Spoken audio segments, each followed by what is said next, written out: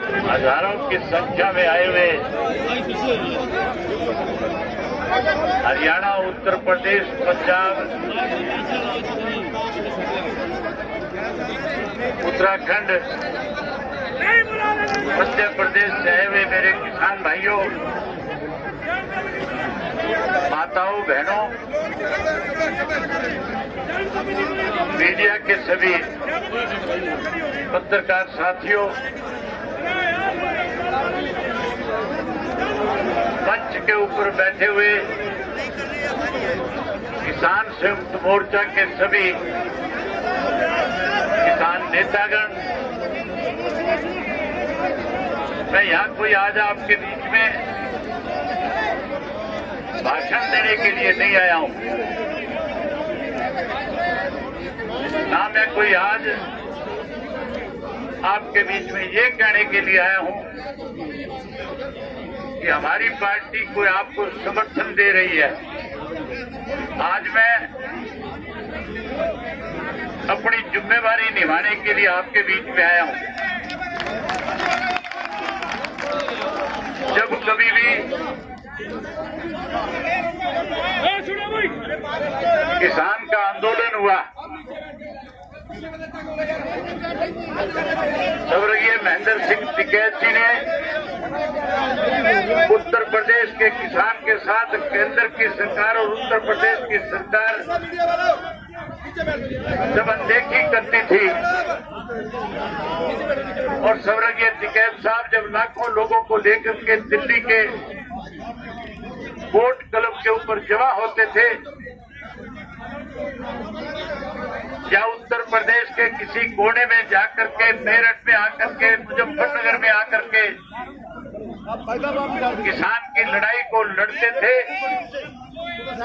उस वक्त चौधरी देवीलाल जी किसी भी पद पे होते थे,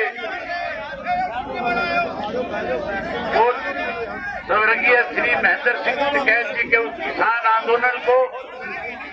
न केवल अपना समर्थन देते थे,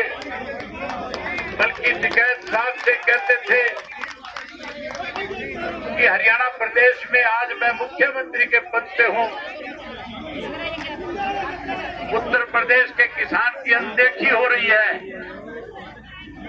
उत्तर प्रदेश के किसान के खेत की बिजली काटी जा रही है,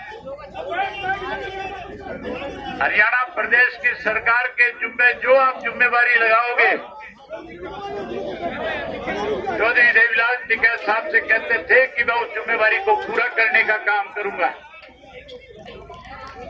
और उस आंदोलन को तब तक हम अपनी पार्टी की तरफ से ताकत देते थे जब तक उत्तर प्रदेश के किसान को न्याय नहीं मिल जाता था।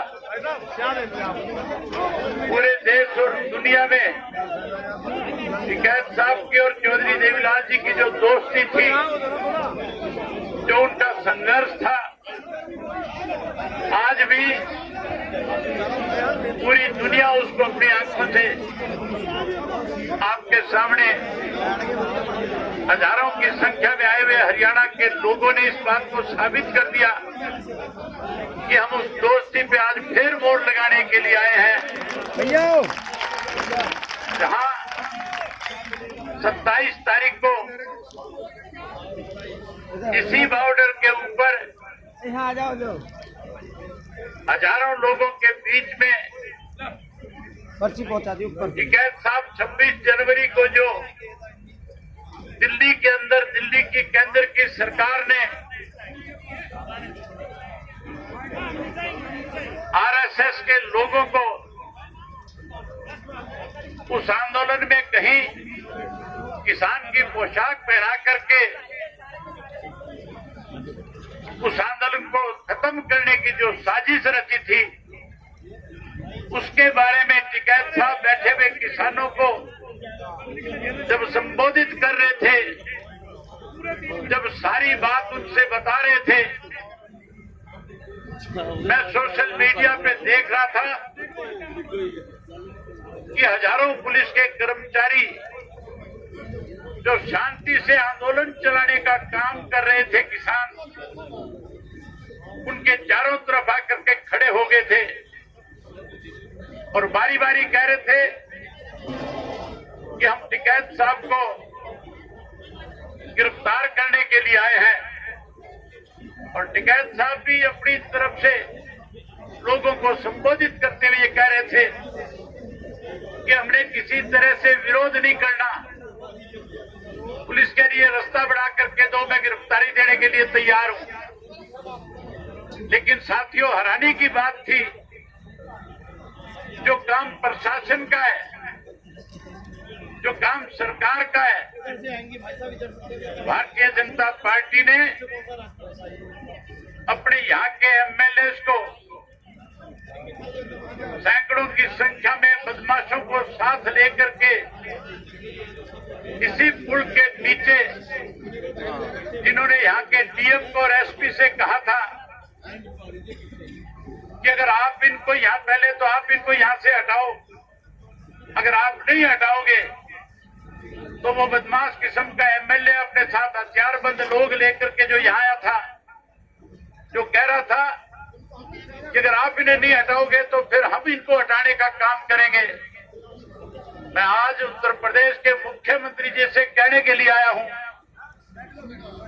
कि मुख्यमंत्री जी, इस किसान के साथ बातचीत के जरिए तो आप इस आंदोलन को खत्म कर सकते हो, लेकिन आप अपनी पार्टी की, अपनी सरकार की तरफ से कहीं कोई दबंगई दिखा करके, कहीं कोई लाठी और डंडा दिखा करके, बंदूक दिखा करके अगर इस किसान आंदोलन को कुचलने की चेष्टा करोगे, अगर इस किसान आंदोलन के साथ कोई छेड़खानी करोगे, तो यहाँ केवल उत्तर प्रदेश, हरियाणा और पंजाब का किसान नहीं, बल्कि पूरे देश का किसान आकर के जहां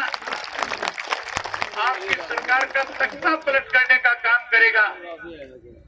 वहीं किसान अपनी इस लड़ाई में केंद्र की सरकार को कृषि के तीनों काले कानूनों को खत्म करवाने के लिए, इन कानूनों को न केवल खत्म कराएगा, बल्कि इस देश का किसान कैसे खुशहाल हो, इसके लिए केंद्र की सरकार को नए कानून बनाने पे मजबूर कर देगा। देश के प्रधानमंत्री ने सत्ता में आने से पहले कहा था कि अगर मेरी पार्टी सत्ता में आई तो उन्होंने कहा था कि मैं किसान को खुशहाल कर दूंगा, किसान का कर्जा माफ कर दूंगा। वायदा किया था प्रधानमंत्री ने हमारे से कि आप हमारी सरकार बनाने का काम करो, हम किसान की खेत की फसल के लागत मूल्य से 50% आपको ज्यादा देंगे। वायदा किया था इस देश के प्रधानमंत्री मोदी ने कि हम स्वामीनाथन की रिपोर्ट को लागू कर देंगे। ये भी कहा था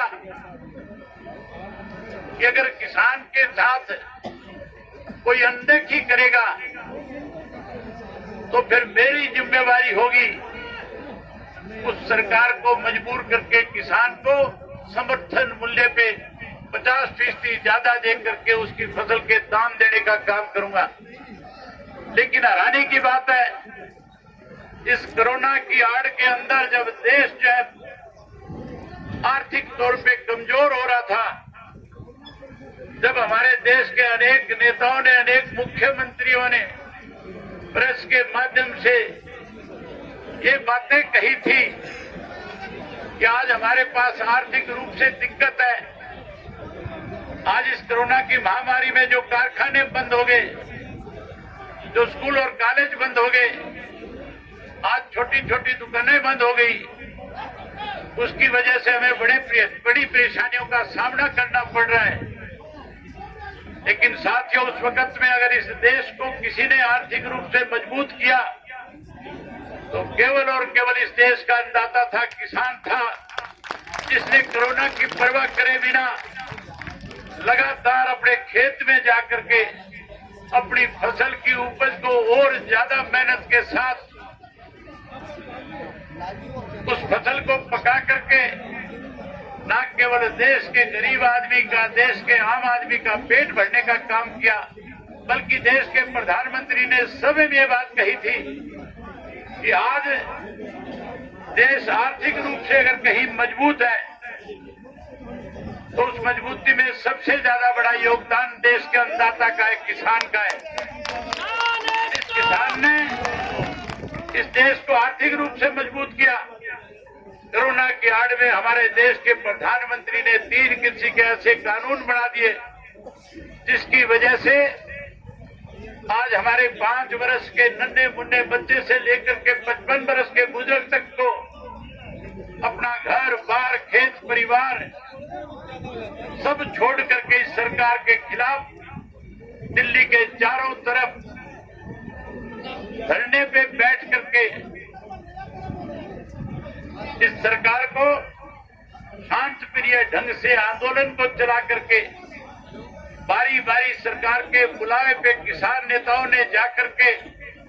इन काले कानूनों के बारे में बड़ी खुल करके चर्चा करी। लेकिन भारतीय जनता पार्टी की सरकार ने कैसे आंदोलन खत्म हो इसके लिए इसको लिंगर ऑन करने का काम किया, लंबा करने का काम किया। जब किसान ने लिंगर ऑन होने के बाद, लंबा होने के बाद भी कहीं विचलित नहीं हुआ, कहीं उसने अपने जिम्मेवारी को किसी किस्म की कमी नहीं आने दी, तो केवल उनके ऊपर ये आरोप लगाया गया इस आंदोलन में तो ऐसे लोग इसका हिस्सा बन गए जो उग्रवाद से जुड़े हुए हैं। किसान को खालिस्तानी कहा गया, किसान को उग्रवादी कहा गया। इस देश के किसान के खिलाफ जो नेता हमारे थे जो इस आंदोलन को चला रहे थे, इस दिल्ली की सरकार ने 26 जनवरी के दिन जहां गणतंत्र दिवस की परेड के साथ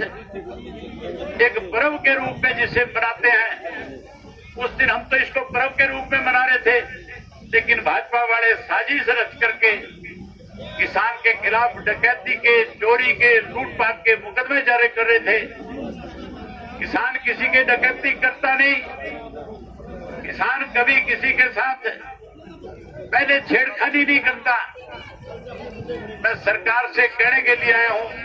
आप लोगों को आश्वस्त करने के लिए आया हूं, बताने आया हूं, हरियाणा का एक एक व्यक्ति जिस सरकार ने आपको छेड़ने की कोशिश करी है, जो आज आपको दबाने और कुचलने का प्रयास कर रही है, सरकार को चेताने के लिए आए हैं कि किसान पहले किसी को छेड़ता नहीं। अगर किसान को कोई छेड़ने की कोशिश करता है तो किसान उसको छोड़ता भी नहीं। हमने बहुत सारी ऐसी सरकारें देखी है जिन सरकारों ने किसानों के खिलाफ इस तरह की भूमिका निभाने की कोशिश करी। उन सरकारों को भी सत्ता से सत्ता मुक्त होना पड़ा था। आज अगर किसान के साथ भारतीय जनता पार्टी की सरकार इस किस्म की कानून बना करके उसको दबाना चाहती है, खत्म करना चाहती है, तो मैं एक बात खुल करके कहना चाहूंगा प्रेस के साथियों से, जिस दिन भी लोकसभा का चुनाव होगा, जिस दिन उत्तर प्रदेश के अंदर विधानसभा का चुनाव होगा, या जहां जहां भारतीय जनता पार्टी की सरकारें हैं, जहां जहां पे आज ये हुकूमत में बैठे हैं, वहां जब भी चुनाव होगा हर हालत के अंदर भारतीय जनता पार्टी धराशायी हो जाएगी और किसान के बच्चे, किसान का बेटा उन प्रदेशों में मुख्यमंत्री के पदों पे बैठ करके किसान की समस्या को दूर करने का काम करेगा। ये देश किसान का है। इस देश को जब भी कहीं किसी मुल्क में जाकर के चर्चा होती है तो कहा जाता है कि भारतवर्ष अकेला एक ऐसा देश है जो केवल कृषि पे निर्धारित करता है, जिसे कृषि प्रधान देश माना जाता है। साथियों, देश के राष्ट्रपिता महात्मा गांधी ने जब देश आजाद हुआ था तो कहा था इस देश का भविष्य जो है गांव के बीच से होकर के जाएगा। जब इस देश का किसान खुशहाल होगा तो ये देश खुशहाल होगा। आज इस देश के किसान को मारने की साजिश रची जा रही है। आज उसे खत्म करने के लिए इस तरह के काले कानून बनाए गए कि कल वो अपनी भूमि बेचने पे मजबूर हो जाए, कल बड़े बड़े कॉर्पोरेट हाउस जो है उसके जमीनों पे कब्जे कर ले, कल वो अपनी